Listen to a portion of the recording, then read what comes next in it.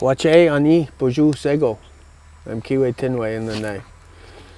It translates into North Wind Man. I'm from the people of the Mishkegawak, people of the river, Sheplo Cree First Nation, Bear Clan, and I'm a beautiful spirit. My other name that I go by is Clarence Kakaji. My pronouns are he, him, and I am sitting here with an amazing friend of mine. An amazing friend that we go back quite a few years, probably almost 20 years. Yeah. Probably almost 20 Yeah. years. But I'm sitting here with a good friend of mine. Her name is Donna Dubé. Donna, I want to offer this to you for your time, Yeah. for your gift, for your wisdom, and for sitting here today and spending some time with us. We've been doing these videos for a while, and I was just waiting to spend some time when it could be a beautiful day like today, and we're sitting in a bush, and no better place. So thank you for coming. Yeah. I'm honored. So, as you know, at Crow Shield Lodge, we've been doing some videos for the past, probably about the past year or so, and we want to meet people. We want to meet with leaders, and we also want to meet with individuals who are walking with Crow Shield Lodge. As we all know, Crow Shield Lodge sits on 4 pillars, which is healing, education, land stewardship, and reconciliation. But we want to take those pillars further, and we want to talk about other things in our community, other things that are needed, other things that are happening. You know, as we meet with Indigenous people for so many years, we always talk about the negative things that have happened to us. And yes, that's part of our story. But what we want to start doing is talking about some of the amazing things that has been happening with the Indigenous individuals, with the Indigenous organizations. And I think it would be awesome, Donna, if we could talk a little bit about our story, our journey, about how we met. If you could introduce who you are and a bit about that, and talk about your organization, then we could talk about how we met and Sure. how we've been walking together for probably 15 to 18 years, I think. Yeah. And maybe we could talk about some things that we've been creating. Okay. Awesome. All right? Yeah. Sure. Okay. Sure. Sego, Skanagoga, Ganalankwa, Sangwaidiso. I'm just saying thank you. Love the Creator. I'm Donna Dubé. I don't have a spirit name because I wasn't raised in my traditions. My father took us off to reserve when we were small to keep us safe from residential schools. But we were raised with the residential school mentality. My father was at the mush hole for 9 years of his life. And it was a hard life. And my family was the same way, so I didn't think there was anything different or strange or odd or hateful about how we grew up. And I grew up in Toronto for 13 years of my life, and then we moved to Brantford. And we kind of sort of always been involved with the culture in one way or another. My father used to smudge our house. I can remember when we were kids. We had one of those old-fashioned white stoves, and used to have a sardine can that he put on the top of the stove, and I didn't know what it was. And only until I got back in touch with my culture and I smelt that very first smell of sage, that, oh, I knew what that was, you know? And so my father wanted to keep us away from culture because it resonated with him that everything that he was taught about our culture, that it was evil and he shouldn't do it, shouldn't talk about it. And he pit that with the residential school, that if his children were involved with the culture, then for sure they would go to residential school. So he kept that away from us. I had an aunt, my Aunt Bessie, my dad's sister. she was very much within the culture. She used to practice medicines all the time, good medicine, and even though she went to residential school. So when she came out, she got right into the culture. And I can remember living in Toronto, she used to send us suitcases with good stuff in it every once in a while. And I remember we got a suitcase from her. My parents would have to go and pick it up at the train station, and my dad brought it home, and usually there was an outfit for each one of the kids in there and some stuff in there for my mom and dad. And he opened up the trunk, and here on the top of the trunk was all the medicines. And he freaked out, and he closed the trunk and cursed and swear, "Send this shit back." And yeah, he didn't talk to my aunt for a long time, because we used to have to go to the reserve every summer. We were there from the end of June until the end of August every year, living on the reserve. We lived on my aunt's farm, not her farm, on her property. She had a place that was like kind of like a bunkhouse, I guess. And there was wood on the floors, but you could see the ground through the slats on the floors. And it had a pump outside for water, and an outhouse out in 50 yards away in the field. So it was like living right in just like the woods like this. It was awesome, beautiful. All my cousins lived all around us, and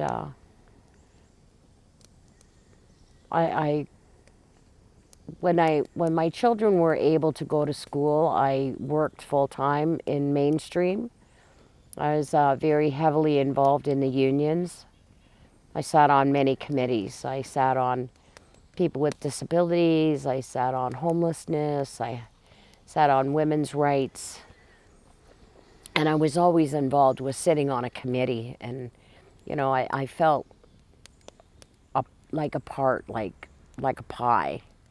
Didn't understand why I was involved with so many different things. I had always been an advocate. Growing up, I had always used my voice for the underdog. And then I lost my job because they moved. They moved from Brantford to Cambridge. And I ended up on unemployment. And the very first day I had a meeting with unemployment, there was about 20 people sitting around a table, and they asked if there was any Native people there. Well, 6 or 7 of the people that were there put their hands up, and they outright said, "We can't help you here. There's a Native Center it was at the Pine Tree Native Center in Brantford. You have to go over there. They can help you." And I was really upset. I was pissed off. I'm thinking, well, the Pine Tree Native Center ain't paying me unemployment. So I went over there and I talked to a employment counselor, and I was a little bit apprehensive about going in there. And when I first went in there, the very front of the building had this great big Hadouhi mask on the front. I didn't understand what it was. I know today what it is, but I didn't. There was a great big Hadouhi mask on the front. So I went in, and there was other Native people working in there, and a girl at the front asked me how she could help me, and I said, well, I don't know. Well, I'm here to see an employment counselor or something. And I went back and seen this awesome person, and she talked to me about going back to school and working with Native people when I got done school. And I did. I went to school and got my social work papers and came back and was in touch with them quite often. Like I'd go in every 3 months or whatever. And probably about 9 months through, when I went to see her, she asked me what I thought I would like to do. And I said to her, I said, I'd love to have your job. I'd love to do what you're doing. And when I was done school, she was just in a position to move on, and I ended up in her position as the employment counselor. So that in coming into that role and being amongst our people, allowed me to understand our people better, and I got awesome gifts by seeing seers and clan mothers and medicine people, and just being in touch with all those healing people. And they helped me greatly along my own personal journey. I went to ceremonies and did a lot of healing when it, thinking myself at that point, not knowing that I was an end product of residential school, but learning about the effects on our people and the effects on ourselves and how it affected my children. Because I brought my children up the same way. And if I didn't start a healing journey and learn who we are supposed to be, I would have continued that cycle. My children would have continued that cycle.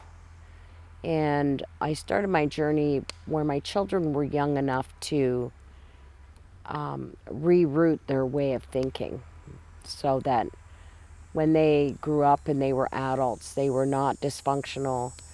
They didn't attach themselves to a dysfunctional person.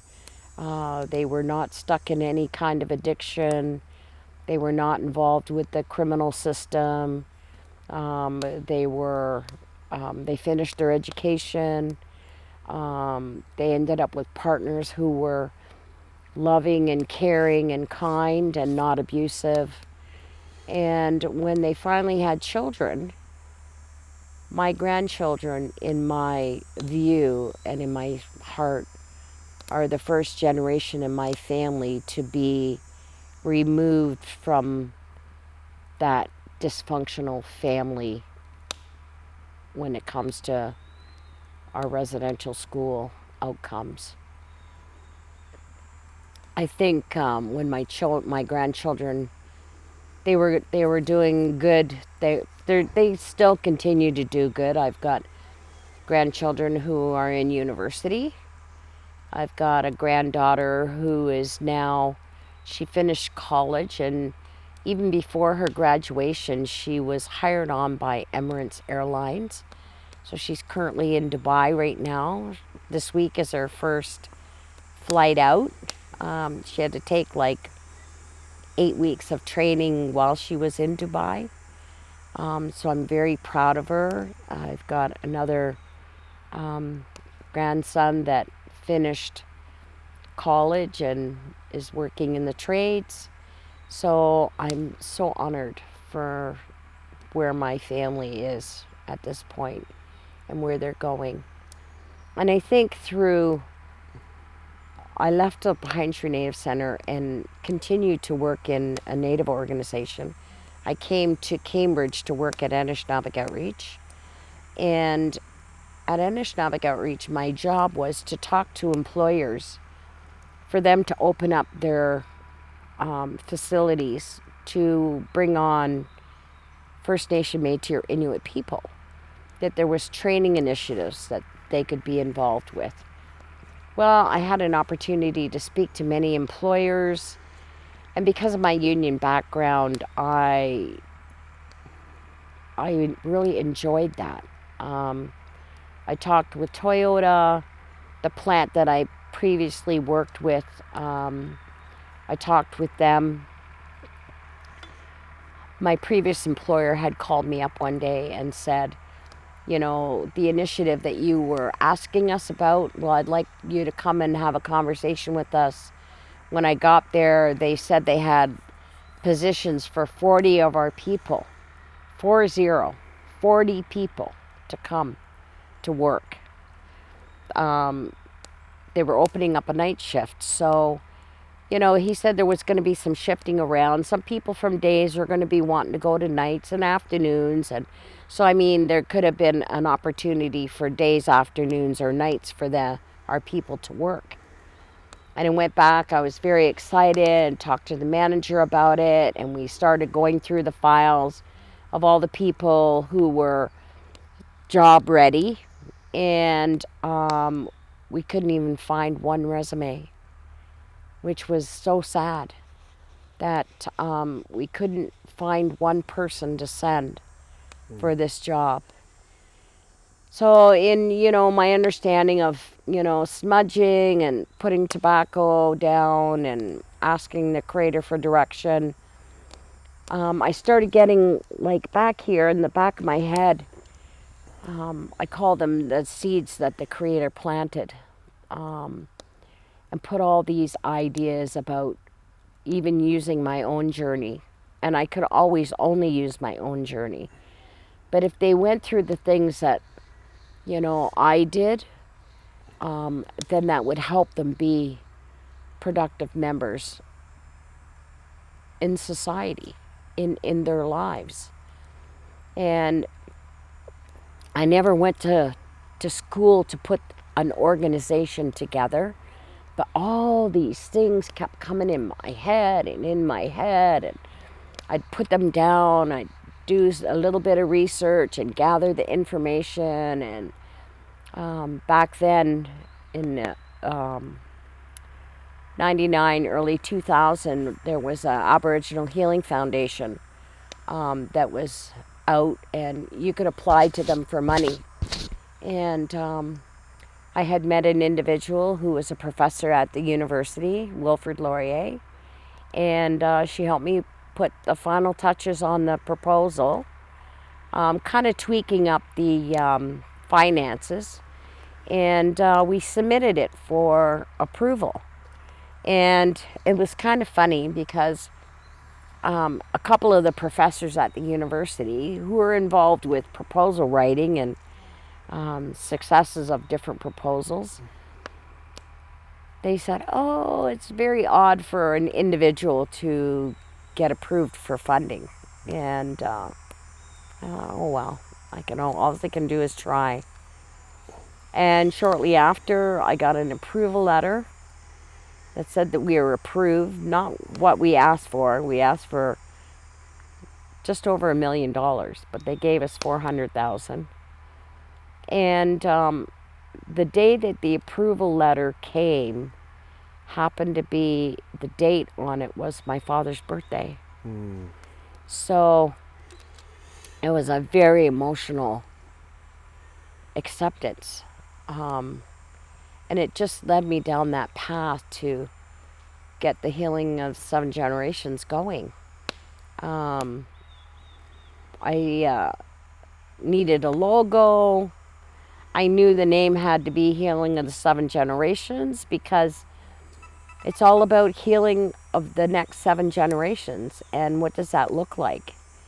And with all the information that I had gathered, all the understandings, all the elders that I spoke to, I met up with a friend of mine in Brantford who was an artist. His name was John Gilchrist. And did the logo up for Healing of 7 Generations. He asked me what kind of logo. I said I didn't know.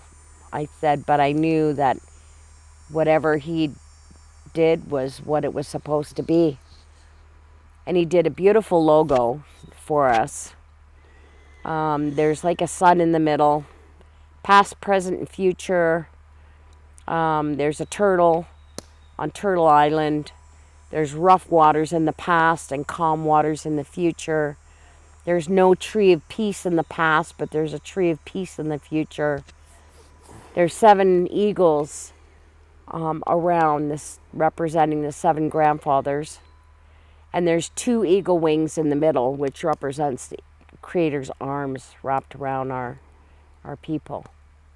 So it was very, very fitting. I loved it. I love the logo. And hence, Healing the 7 Generations was born. It was born in 2001. We were incorporated in 2004. And so here we are, like 20 years later, still running. We have approximately 20 programs. There's 12 staff. We're all in a little closet of a house. We need a bigger building. And yeah, that's the birth of Healing of Seven Generations. That sounds amazing. Thank you. You know, when things are created, when you talked about those seeds in the back of your head, being planted, you know, our stories run parallel with each other. Our stories, you know, when you talk about being the end product of the residential schools, right? That's me too. Yeah, with my grandmother, my dad, my uncles, and my aunts, and I'm the first generation on my dad's side that was able to go home after school, and I didn't even live with my parents, and that was school was challenging enough. And you know, for a while there, it stopped now, but there was a tractor in one of the fields close by. And it just reminded me of when I was growing up on the farm, right? Always on the farm, always in the fields. And that was my connection to the land before I knew I was Indigenous. Wow.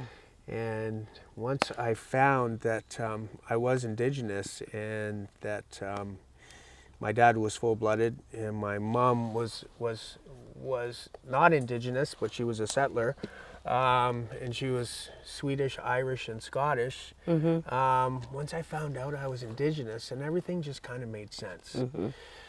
But with that making sense, it was so complicated growing up, so complicated. Because I'm 60 scoop, I didn't know who my parents were. And, you know, kind of like this morning, when you were finding your way out here and you came to a fork in the road. Yeah.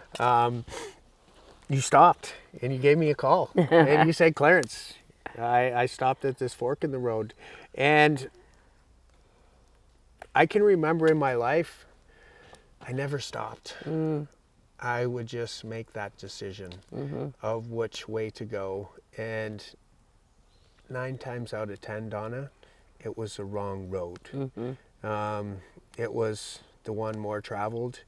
It was the one that was more accessible. It was the one that helped me cope. And saying that, when I decided to find that strength and take that other road that was less traveled, it led me back to myself. And, you know, when I reflect on how we met and those early days, I was lost, I was broken, I didn't have purpose, meaning, or direction in my life, and I was just hoping to find something, because I knew if I didn't find something soon, I would be making that journey to the Western Door. And I mustered up all my strength, and I can remember coming in and seeing you, and that was a challenging time in my life. But I remember you accepted me. You didn't judge me. You welcomed me in. I think you gave me a hug. You talked to me. You smudged me right away. You told me it was okay. And I remember sitting in that little office upstairs on College Street, talking to you and trying to figure things out. And then I was close to figuring them out. And I came back and I went away to treatment, a mainstream treatment center. And while I was in there, I was still coming and seeing you. And then you encouraged me. You said, Clarence, would you do something for me after you're done your mainstream program? And I said, what? Because I didn't know you back then that much. But I was willing to trust you because I was coming to you for a reason. And you said, would you go away to an Indigenous treatment center after you were done at 174 King? And you said, I think it would really benefit you. It'd be so good for you to be with your own people while you're healing. So I did. And then after that, I remember talking to you again, and then you said, Clarence, would you do something else for me? Because I think it would be very beneficial for you. Would you go away to a healing lodge after you're done the Indigenous Treatment Center? And I said, well, I'm listening to you now, so I might as well just keep it going. And it was so beneficial, Donna. I know. But it was so scary. It was so scary. And I remember those days, not knowing anyone, and making my way to College Street, and then being homeless, and sitting on the couch and falling asleep, and then some woman would always wake me up, and she wasn't very nice. But that's what I thought back then. But Yeah. once I got to know her, she was the most amazing woman, Alice, and Carol, and they Yeah. were just like big, lovable aunts and Yeah, moms who just exactly. always cared for us, and so did you. So, you know, once I found my way, it was so amazing to start that journey, and to start that journey with your help. Because I've always trusted you, and we've had hard conversations, right, over the years. You've always told me to slow down. You've always told me to be patient. But those were good things for me, because I was finding myself, you know, and if that was happening to me, how many other individuals are just like us? Exactly. In our communities, in our families, in our nations, that are trying to find themselves, that are trying to find their gifts, that are trying to heal, that are just trying to be all that they can be today for those generations Exactly. that are coming. And I had somebody ask me this morning if you could explain the first time we met. Well, I had shared with you that that is a personal journey of yours, and Yeah. because I have your permission to share that, Yeah. I will share it. Yeah. I can remember clear as day when you came in. You came in with a woman, Yeah. and you were not in a good way at all. It was kind of hard for me to understand what it was that you were asking. I asked just to sit down, and I let you speak a little bit, and then I wanted to light up a smudge to try and bring you back somehow. You have a mosquito on your forehead. But your condition was not in a good way at all. You were not who you're supposed to be. You were battered and beaten. You're black and blue. You had dirty clothes on. You're totally disheveled, and so was the woman that you were with. She was also black and blue and hair a mess, but that didn't matter to me. You know, that doesn't matter. It's the person that came in there. I believe the Creator brings those people in. That's part of their journey. And you talked about, you know, when we get to that fork in the road, and a lot of people, they take that easy road, the one that's well groomed, and you know, and it's fear. It's the fear that keeps them off the path that they create. You know, just because it's not a beaten path, create your own path, and don't be afraid. The Creator will never get you lost. Stay on that journey, and you'll find at when you come out of the forest what is ahead for you.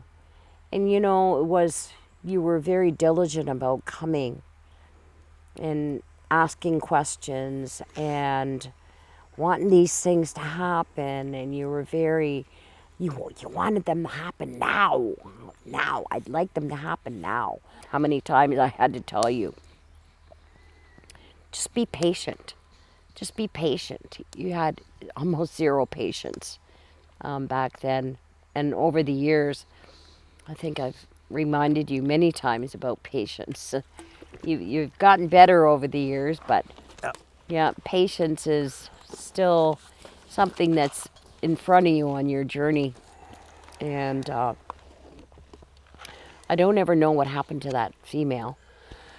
But Can I just say something quickly? sure. That female that I came in with, her daughter now works in your organization. In my organization? Yes. No way. Yes, way.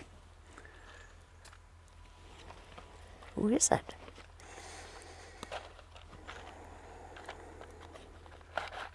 Her daughter. Yes. Yeah. Skyla now works for you. No way. Yep. That's the way it works. It puts a tear in my eye. How beautiful is that, though? Yeah. Right? That many years later, that woman that came in with me, who was Wow. lost, who was broken, who had no Holy. purpose, meaning, or direction, now her daughter, that next generation, is working with you. And that's what we do. I never even knew. No, and that's what we do. And this is where everybody talks about these measurables that they want to see. They want to see data. They want to see, how can you prove that this money is going to benefit these people or this generation? You know, the measurables that we offer won't be seen No. until 1 or 2 generations. Absolutely. Because it takes that much time for people to find themselves and get realigned, right? So that's a good measurable right Wow. there. That's awesome and measurable. That's amazing. I never knew. No, and I didn't put that together until a couple minutes ago when Is you were that sharing right? that. Yes, Ah, yes, that's a beautiful gift. Thank you. yes. She's an awesome coworker. You know, awesome team member. She's got an awesome sense of humor, and she's just a hard worker. And that's why we do what we do today. So I just got to move this around. The bugs are bad out here today, right? We got doped up and we got sprayed up, but they're They don't care. they don't care. I think they're hybrids. But that's why we do this work, right? To help those people, to help those generations, and to help those children, to help the grandchildren, right? Awesome news. Right? Holy. So now that we talk about healing, now that we talk about news, because, you know, you're healing of the 7 generations, we're Crow Shield Lodge, and I really loved what you said about getting that letter of acceptance, and it was your dad's birthday. Yeah. Yeah. Well, that's why Crow Shield Lodge is today. It's because of my dad. He used to say Crow Shield Lodge and family, because the crow is our animal totem for our family. Oh, yes. So before I had his spirit name, he'd always call me Crow Shield, Crow Shield, Crow Shield, in all of his letters and all of his birthday cards, all of the Christmas cards. Wow. He just always go Crow Shield and family. So when we were turning this into a registered nonprofit, and we were talking to the lawyers, we were saying. The lawyer said, well, it can't just be lodge. It has to be something lodge. So I said, well, could it be Crow Shield Lodge? And he said, yes. So Awesome. that's why, Awesome. yeah, it's funny that our stories, and they do run parallel, you know, throughout some of our times. Now that we're talking about running parallel, what is good that is going on in our community? You know, maybe we could share some of that. Maybe we could share some of the stuff that, you know, Indigenous housing is taking off. You know, there's more things. We're starting to work with Grand Valley to bring, you've always been working with Grand Valley for Yeah. how long? Oh, probably close to 10 years now. Close to 10 years, and what Yeah. we're trying to do is you and I are trying to partner to bring the women from Grand Valley over to Crow Shield Lodge so Yep. they can do full moon ceremonies. Exactly. Exactly. So that's good. What else is going on? Well, this year we were gifted with an approval for the very first Indigenous daycare center. Um, we already have a building. Our first one is opening up in Cambridge. And I say our first one because we already have our sights on a second site in Kitchener. But it'll take a little bit longer. The first site in Cambridge is going to open late December, early January of 2025. It's going to, in understanding healing of the seven generations, we have to start with a generation. And if we start with a generation now in daycare and they learn, think about the concept of what the residential school was. It was to take away everything, take away our culture, our traditions, our language, our songs, take the Indian out of the children and make them non-native, make them mainstream. So now that almost worked, because look at a lot of our people now not knowing their culture, not knowing their language, don't know their songs. If we reverse that and take our children from when they are born and then up to when they're ready to go to kindergarten and teach them all about the language and the songs and the ceremonies, and let the little ones have their long hair and wear a ribbon skirt and everything about who they are. My next dream of it is, instead of them going into kindergarten, into mainstream, is that we're going to have a school for our kids to go to school and continue the culture in the school, so that they can go from kindergarten to grade 8, all in the culture, learn the languages, whatever language is their preference, but maybe it would be nice for them to have a couple of different languages under their belt. They can be awesome teachers into the culture when they're older, but bring back what was stolen, what was taken away, and allow this to be the seventh generation.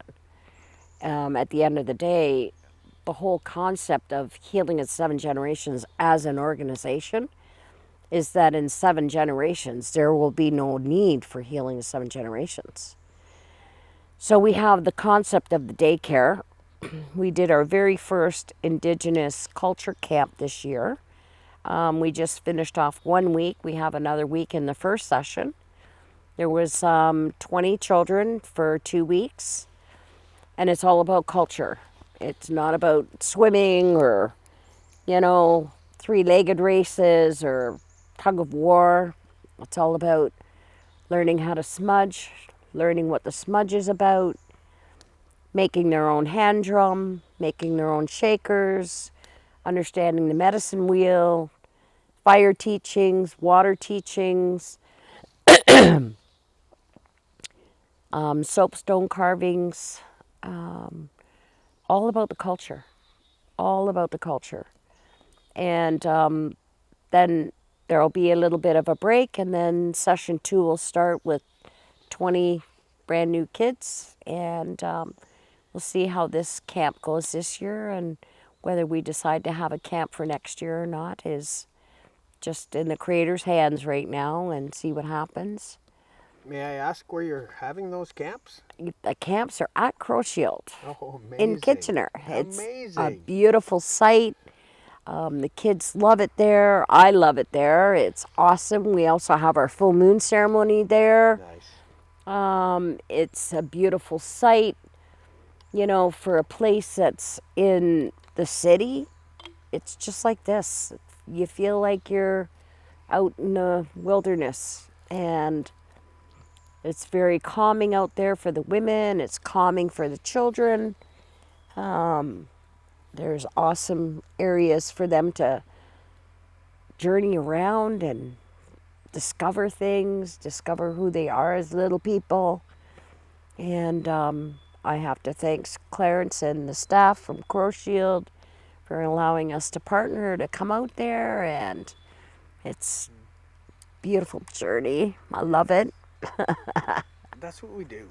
You know, Don, I like partnering with you. I enjoy partnering with you. You know, we always want to model to other organizations and communities and regions and how we can do this in a good way, right?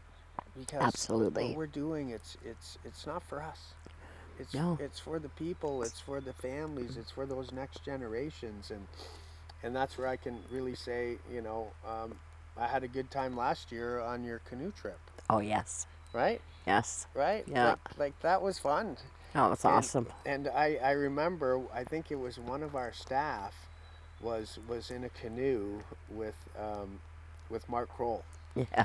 and they didn't know who he was. They just thought he was a police officer. Uh-huh. And it was pretty amazing that they said, "Oh yeah, I was on that canoe trip, and yeah, I went down the Grand River with this police officer, and he seemed very nice."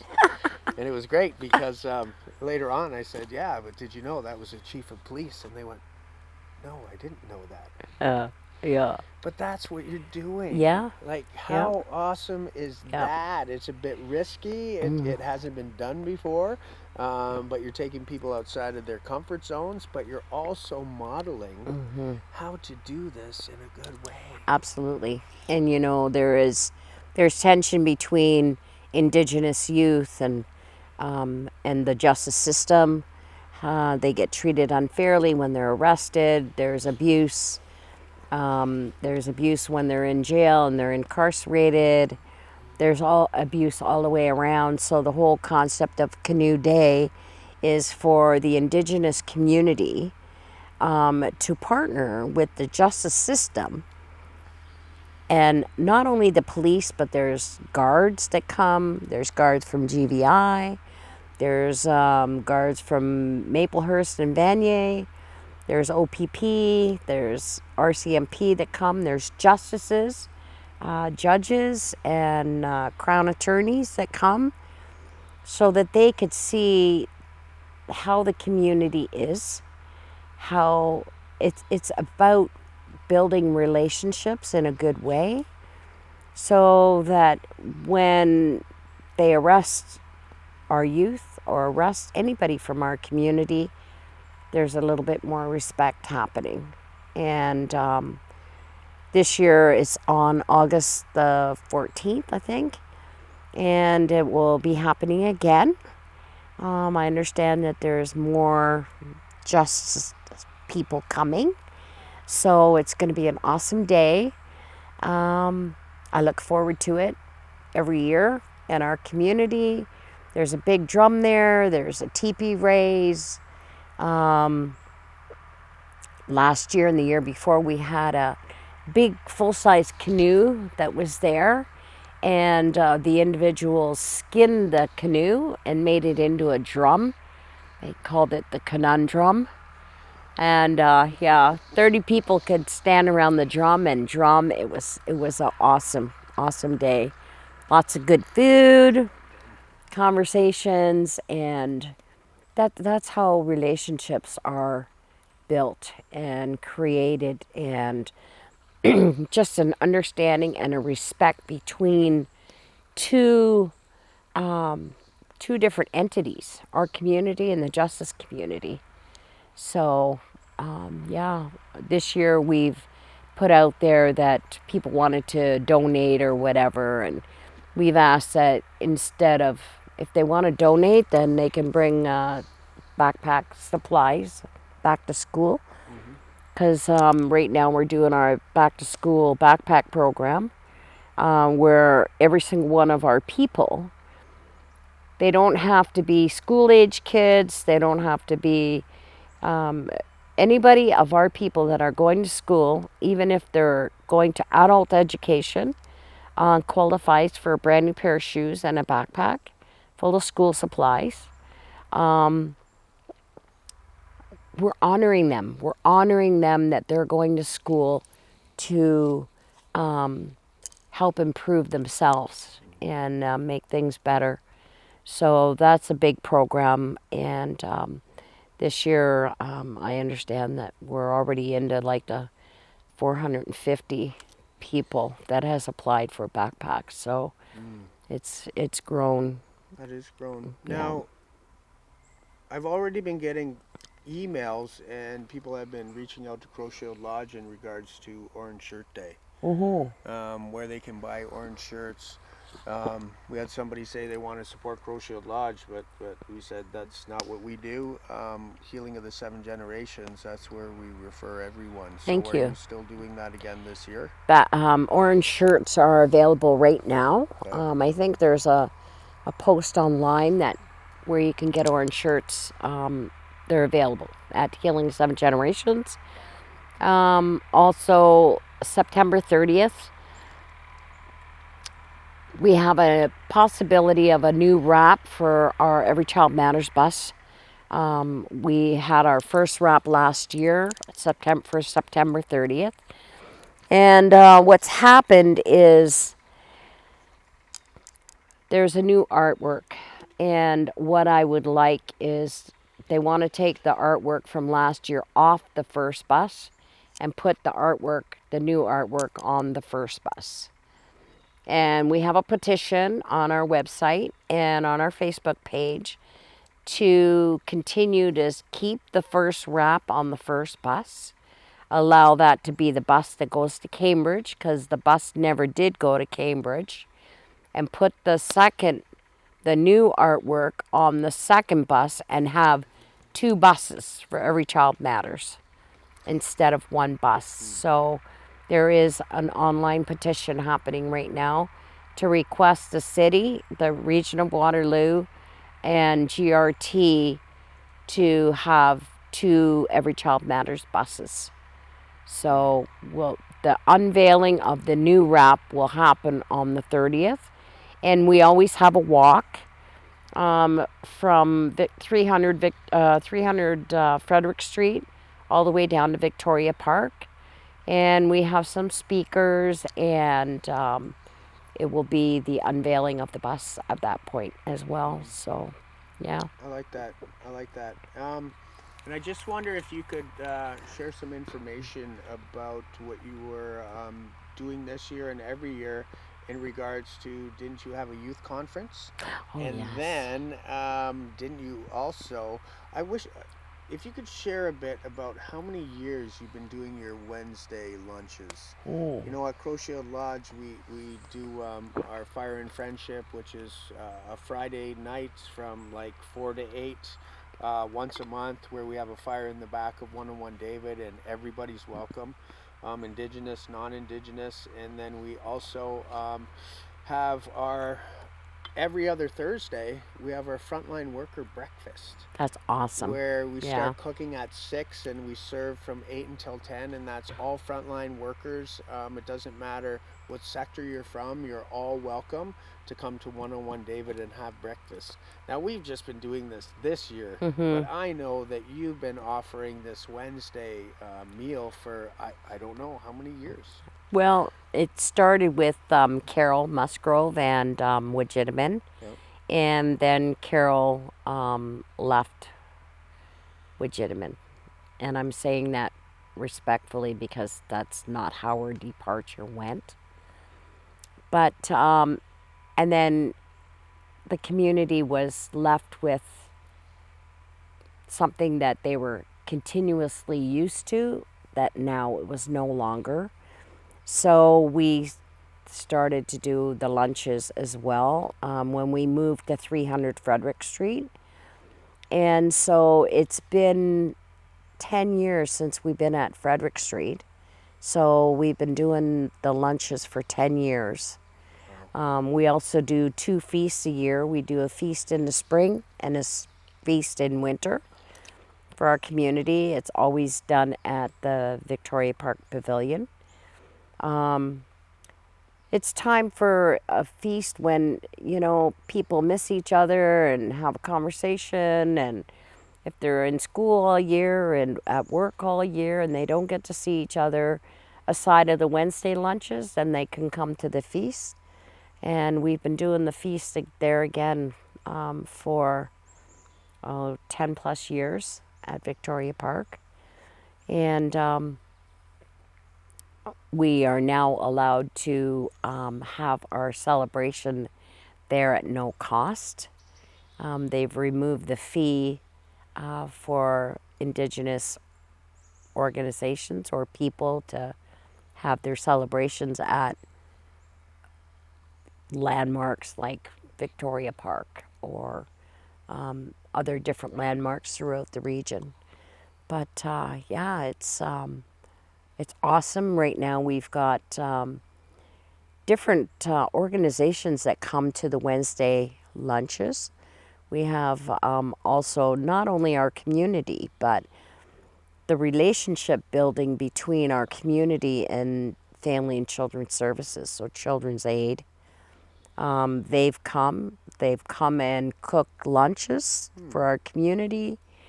They are in a position of immediate apprehension for a lot of our children. But if they come and they understand the community, then they have conversations before there's apprehensions. And they work with Healing 7 Generations to help maybe remove the parents and keep the children at home, and work with the parents and get them in a better way so that they can become the best parents that they can be. So Healing of 7 Generations is involved with every single system that is out there. The justice system, child welfare, education, housing, and we don't do housing, but I'm part of Housing's board, and I advocate along with housing for better housing for our people. And yeah, every single system is Healing of 7 Generations is involved with. I like that. I like that. Because you need to be. Because healing needs to be at all those stages, at all those systems, at all those pathways. Absolutely. I know that we're just starting to have conversation about a diversion program we want to do, and we're going to be reaching out to your court worker and bringing them in and just talking about, how we can do this through an Indigenous lens, because it has never been offered before in our community, and it's needed because we need to have that option. Of course. Right? We've always needed to have that option, and there needs to be more options, more alternatives for us. Absolutely. As Indigenous people, of the original people of this land. It just seems for so many years people have always done the speaking for us, made our decisions for us. Why? Because they don't understand us. Now people are starting to understand us so much that even people that are not Indigenous want to be Indigenous. Yeah, that's right? for sure. We have the Pretendians, we have the Descendians, but that's where we're at, and that's just the truth of it. Yeah. If I had a wish and a hope, Donna, I think I would wish and hope that our organizations are going to be here forever. When we step back, we already have people stepping up, so Yeah. that's amazing. And I just wish that if we could all just come together in a good Be way. so nice. In a good way. Yeah. Put this targeting, put this gossiping, put this lateral violence behind us. And you and I were talking about this the other day, about how it started with us, because this is not us. We don't call people out. We don't go to social media. We're not keyboard warriors. We go out to the land around a fire with a dispute, Exactly. and we bring our elders and we bring our family, Exactly. and we meet face to face and we talk about our differences. That's right. Right? And that's where it's at. And then, and I think you shared with me about the mush hole, and maybe if you could just recap a little bit about that, about the priests and the pillars and the ropes and the extra food. Well, I can only share with what I've been told, and one of the things that were really instrumental in the mush hole was the separation and the breaking of the spirit and they would use your own family member against you, to create that harm and create and impose that evil, their evil thoughts onto you, as you know, as that pillar of hatefulness. And I can remember, my dad used to say, like, you know, even when my brothers were small, one of the things that we used to do, when we went visiting our families, is there was always a pair or two pairs of boxing gloves in the car. And we would go and we would visit, and they would be drinking and stuff like that, and the kids would be playing outside, and then they'd call all the kids. I'd call all the kids, and what they would do is they would strap the gloves on the kids, and they would tell the kids to now have a boxing match between themselves. And the boxing match, the boxing would happen until there was blood, and then it would stop. And I understand that at the mush hole in the basement, that they would have the boys pit against each other and have boxing. And it's not like boxing like that you watch on TV. It's not like that. It's actually boxing to survive the food chain, to survive the battle of the fittest. And, you know, it was very unfortunate if you were one of the small boys, and that you would get beat on the most. But you know, those boys that used to get beat on the most, when they were younger, they're the most strongest advocates today. They know what it's like, and they stand up for those who are the underdog, and that far removed. And I can remember, my father was saying, you know, there used to be a group of them, I think about 7 or 8 of them, that used to hang around together in there, but you weren't allowed to hang around together. You weren't allowed to have a group. And one of the hateful things that group was responsible for is, they were given the babies, and they put them in the furnace when they were alive, and they used to bury them in the ground when they were actually passed on. And I can remember them saying that they would have to do that. And I don't know how many they did have to do, but it was something that my father talked about, and he used to cry, because he said he could still hear the baby screaming. And in their treatment, they used to be brave enough to attempt to run away.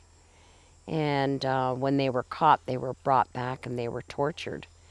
And I remember they were saying, my dad said, in the back of the mush hole, like, and where the tree line was.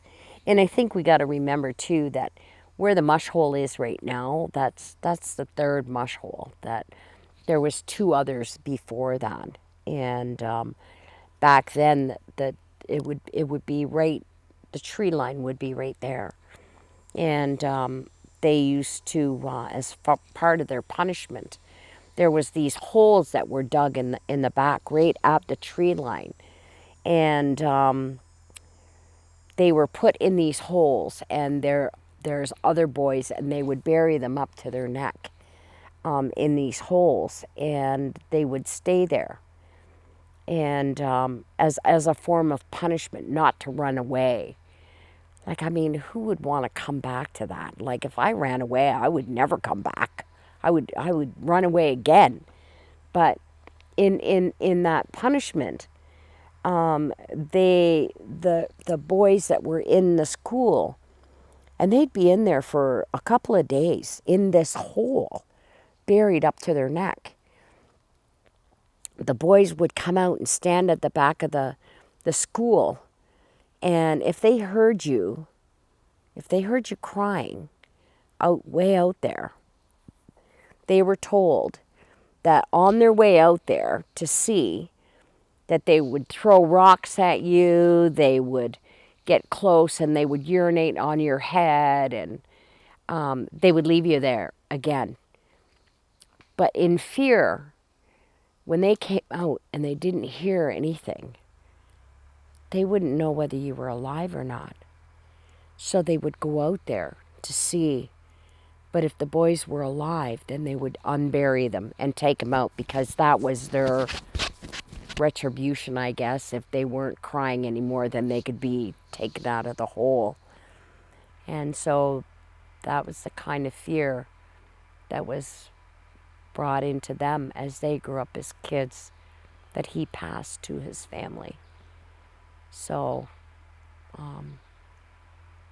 yeah, those are some of the hateful things that those children had to endure while they were at the mush hole. It was hateful. So as we reflect on those generations and those truths that is from that time in our history, right? With the Indian Act, the scoops, the schools, the child welfare system, the how many men and women are incarcerated in that system. I like to ask this, like, how can we, like, I know at Crowshield Lodge we try to be the best ancestor today by having more discussions like this, creating more spaces, talking about the truth, creating more pathways to healing, creating more pathways to understanding, creating more pathways to everything, because we need that. Now, through your lens, Donna, how would you say being the best how could you or we be the best ancestor, or even the viewer be the best ancestor they can be today? I think being the best ancestor that they could be today is first off by not being judgmental. Understanding that a lot has been taken from our people. So in our roles, we tried to do our best to provide as much of what was taken. We tried to provide that to them as a gift back to those people. I think being non-judgmental and being non-judgmental to each other. It's very sad that, you talked about the social media stuff, and, we have generations of people who feel disgruntled in one way or another, and it would be the most respectful thing for them to come and have a conversation, moreover, than just putting stuff out there. Like, I don't understand it. I'm old school. I'm the older generation, and it is always the best to come and have a one-on-one conversation, a three-way conversation, a four-way conversation, and just share what is hurting your heart and hurting your spirit. Moreover, than when you put that out there, it doesn't hurt your spirit, doesn't help your spirit at all. It just fuels it, because then you've got other people riding on that same coattail, who instead of trying to lift you up, they're pulling you down like that crabs in the bucket. Our people, it's sad that the crabs in the bucket story is very representative of a lot of our people.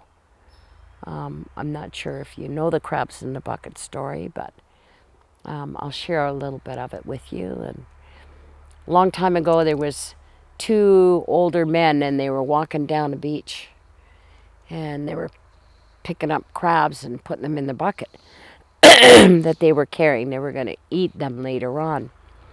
And as they got closer, the one white man, old man, and one old Indian man, they were walking. And the white man could see that the Indian man never had a lid on his bucket. They were walking and picking up crabs and putting them in their bucket, and the white man had a lid on his bucket, and he'd put them in. and they got close. And they said their hellos, their greetings, and the old white man says to the old Indian man, he says, "Oh, I got a question for you." He says, "Are you okay if I ask you a question?" The old Indian man says, "Oh, sure." He says, "Oh, I seen you walking a long way."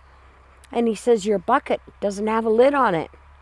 Oh, the old Indian man says, "No, no." He says, "These are all Indian crabs." He says, "Indian crabs?" He said, "What do you mean?" He said, "Oh, yes." He said, "I put the crabs in the bucket." And he says, "When one starts crawling out of the bucket, there's another one down there pulling him back in." He said, "They're Indian crabs." So a good depiction on sometimes some of our community people being Indian crabs. Not saying that to be disrespectful or anything, but you know, when stuff happens in the community and people want to just send out some negativity and they don't realize the harm that they continue to perpetuate within the community, you know. Send some awesome things, some uplifting things, some spiritual advice if you have any. Don't just be a crab in the bucket and pull the rest of the crabs down with you. It's not good. Not good. Amazing. Thank you. Amazing. I like that. Thanks for that truth, that teaching. Yeah, because in the end, you're gonna get eaten, Yeah. right? Yep. You're gonna get cooked, Absolutely. right? Absolutely. Right. But saying that, Donna, I have a little something here. This has been in my bundle for a little bit. I picked it up, and when I got this copper jug, it was Beautiful. black. Wow. It was black. It was so tarnished.